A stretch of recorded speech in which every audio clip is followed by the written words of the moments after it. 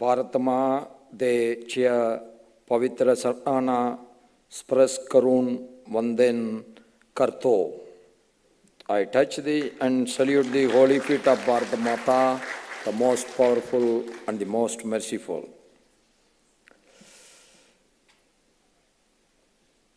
You have already made a history, because all the graduates who are receiving the degree today, your name will go, that you are the part of the first convocation of Ratan Tata Maharashtra State Skill University. So from the very beginning, you are making a historical mark. I wish you every success in your life. On this memorable day, the dignitaries on the dais who are sharing the dais with me, Honorable Governor of Maharashtra, Sriman Jishnudev Varmaji, and our Honorable Chief Minister of Maharashtra, Sri Devendra Fadnavis ji. You might have heard his speech. The most important line, what I have noticed, he has taken the development of Maharashtra to the next stage. He is no more competing with the other states of India. He started competing with the other countries of the world. So wish him every success. Honorable Deputy Chief Minister of Maharashtra, Srimati Sunitra Ajit Pawar ji. She is an exemplary for all of us. When you have been met with the sorrow, how the confidence in you should go up, and you will be an exemplary leader. So I wish her every success in the new endowment, the Deputy Chief Minister of Maharashtra. I am sure she will be delivering very good results in the coming years.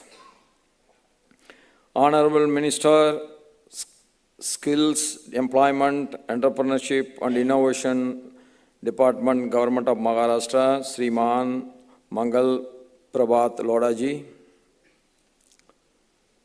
I remember that my very first function after assuming the office of the Governor of Maharashtra, that was the Skill Ministry's function.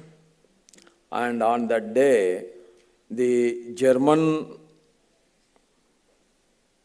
consulate people and the Germans have come here for recruiting the people of Maharashtra for the jobs in Germany.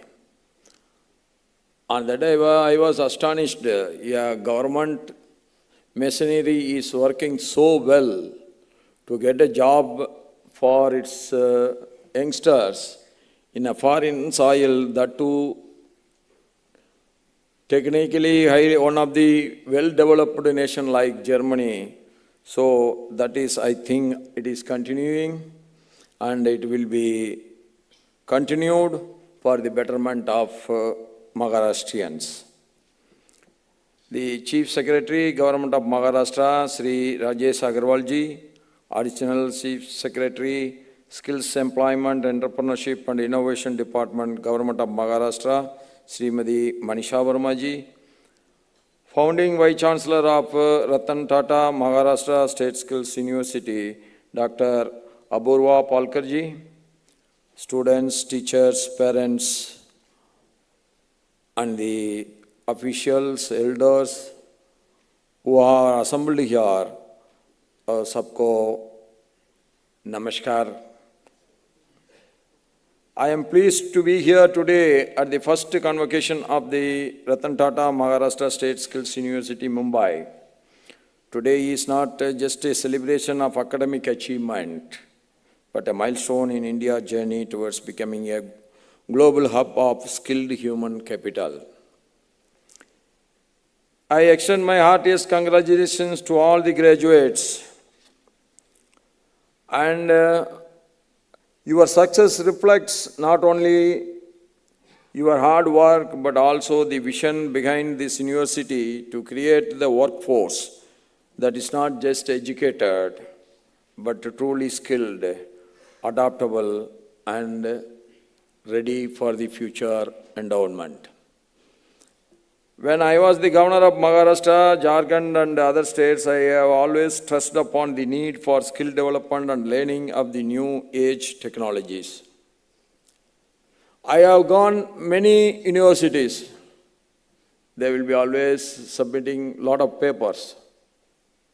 But I always insist with the vice chancellors of those universities, we should have all the modern syllabus, the scientific syllabus, the modern needs of the world.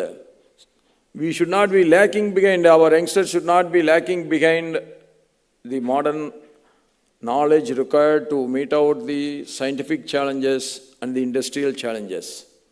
So I always insist that we should have the latest syllabus which is more required in the market. Maybe computer engineering, maybe green technology of making green energy, but we should equip ourselves ready to meet the requirements of the world. And I firmly believe that attaining degrees are not of much importance unless they translate into employability. So we spend a lot of time, we spend a lot of money, the students also spend a lot of 3 years, 5 years in a college, but that all should end in only one thing, that make them settle in their life in future. That is more important. Now also, as a chancellor of 3 universities, I have laid the emphasis on devising up courses focusing on new age technologies and also on skill development. That I am the vice chancellor of Delhi University, Pondicherry University, and I am insisting that they should introduce the latest syllabuses to meet out the new age technologies. Over the past decade, under the visionary leadership of our Honorable Prime Minister Shriman Narendra Modi ji, India has witnessed a transformative shift in its approach to skilling and human capital development. I remember he has sent nearly 10,000 people to Japan to learn how they are working. I had been to Japan and I had been to China. What we have to follow from them is the work discipline. While working, they never talk. While working, they never get their attention diverted. They are working what the duty has been given to them. That's why no country can develop just like that. After the Second World War, Japan has become one of the richest nation and the biggest economy, not by anything else. So, in spite of that, they have come up. That is only because of their hard work and sincerity and their devotion towards the duty. That we should always keep in mind. Any success will come to us only we equip ourselves to the need of the hour. And we have to devote towards our job. Over the past decade, under the visionary leadership of our Honorable Prime Minister Shriman Narendra Modi ji, India has witnessed and it is rising and rising in the economical status as a country. From nowhere, we reached the 5th largest economy. From the 5th largest economy, we have moved to the 4th largest economy. And from 4th, we are moving towards the 3rd largest economy. That is the greatest achievement of India. Why I am telling this is the greatest achievement of India? We are a democratic country.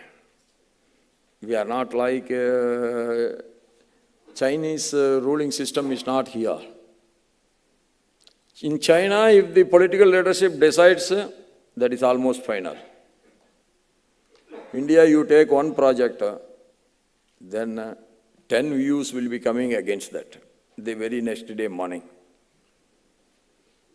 So we have to see whether this project is going to serve the society at large.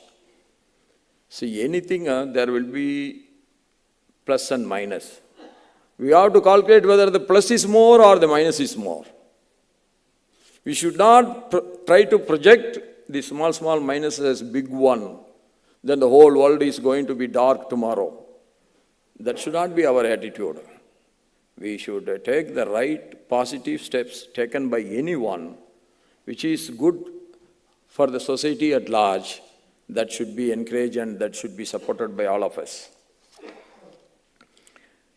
Recognizing that a nation's true strength lies in the capabilities of its people, the government has placed the skills at the core of its development agenda. That's why he has created one ministry for skill development alone. Flagship initiatives such as Skill India, the establishment of the Ministry of Skill Development and Entrepreneurship in 2014, and continuous reforms in vocational training have redefined how we prepare our youth for the future. And we are seeing that today here, they are becoming the graduates. By investing in human capital, India is not only shaping its economic future, but also contributing meaningfully to the global workforce. Initiatives like PM Sedu, launched last year in October, Pradhan Mantri Skilling and Employment Transformation through the upgraded ITIs, are modernizing our training ecosystem, ensuring that our youth are equipped with industry-relevant capabilities. Not simply a graduate is coming out, a BCom graduate is coming out. He doesn't know how to operate a system like Tally. This is the most famous. So he doesn't know how to put on accounts. He doesn't understand what is accounts. What is the use of this degree? So the correlation between the industry and the theory we are studying at the universities should be very, very close. So if you go out, then you will understand how to improve yourself. It enables seamless access to skill courses, certification pathways, job opportunities, and career guidance, making skilling more transparent and demand-driven. The platform has onboarded over 68,000 employers, industry partners, and more than 1.5 crore candidates. As graduates, I encourage you to actively leverage such platforms to continuously upgrade your skills and remain competitive in a rapidly evolving global economy. The changes are coming up so much. When the AI comes in, we don't understand how many changes it will bring. How much changes the IT has brought, now we understand. So nobody is having the full idea how the AI is going to make how many changes. But you should always keep yourself, educating yourself. That is, equipping yourself is a must to meet out the demands of the market on that day. Dear graduates, as you step into the professional world, remember the technical knowledge alone is not enough. The future belongs to those who combine hard skills with the soft skills, communication, teamwork, adaptability, and emotional intelligence. Adaptability is a must. When you are in the campus, you are the king of, or the queen of the campus. When once you came out of the university campus, the whole world is competing with you. That you must always keep in mind. You should not get dejected by the competition, severe competition outside the campus. You must have the guts, you must increase your confidence to face the competition. That means success is yours. Equally important is your readiness to embrace new age technologies. Fields such as artificial intelligence, robotics, data analytics, green energy, and advanced manufacturing are reshaping industries. Continuous learning is no longer optional, but it is an essential today. During our days, once you come out of the college or the university campus, most of the people don't open any book. That is not the case for you. You have to equip yourself, you have to download what is the new ideas, new subjects which are coming up, what is connected with your subject, and what are the developments coming on your subject. All you must be aware of. Today, India is a unique demographic advantage. As it is mentioned by our Chief Minister, we got the youngest youth force. But he has rightly mentioned in his speech, youth properly not equipped is a disaster. Youth force should be directed towards the positive path with a well-equipped mindset. That means the success is ours. So it is you now, you are already graduated. So it is now you have to equip yourself every day. This demographic dividend, however, can only be realized if our youth are skilled, innovative, and forward-looking. As it is mentioned by everyone, you are the ambassadors of India's capability on the global stage. You go to any country, you perform well, that means the image of the India is going up. You are loyal to them, and you are working very sincerely, that means the Indian image goes up worldwide. So more and more credibility you can create, that will give more and more Indians will get a chance to work. This university, inspired by the legacy of excellence and innovation associated with Ratan Tata, carries a profound responsibility to bridge the gap between education and employability and to nurture individuals who contribute meaningfully to the society. Why we always praise Ratan Tata? There are so many industrialists. But why we always praise Ratan Tata? That is for one reason. While he is growing, he has taken the social responsibility also along with him. See, everybody has to make profit. Without profit, no sustainability will come. But in spite of that, if you take the social responsibility also along with you, you are the role model for the industry and you are the real role model industrialist. That when you are becoming the industrialist, you should follow Ratan Tata. And when I was doing my BBA, my professor has quoted what is social responsibility. He has quoted the project taken by Tata when Mumbai Electricity Board was under heavy loss and there is not many system was working and the distribution of electricity was so bad. Ratan Tata was supposed to take over the Mumbai Electricity Board. Everybody advised him, please don't take, you cannot come out of it, you cannot be so successful, you will be losing the money. But Ratan Tata has said, I came from this city, but I have to do something for this city.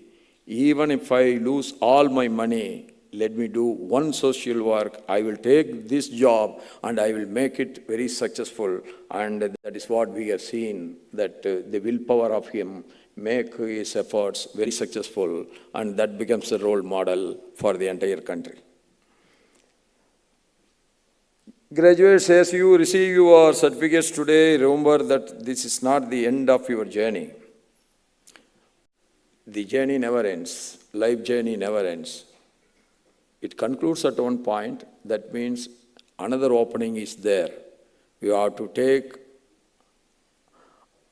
other path, or in the same path you have to make your journey further.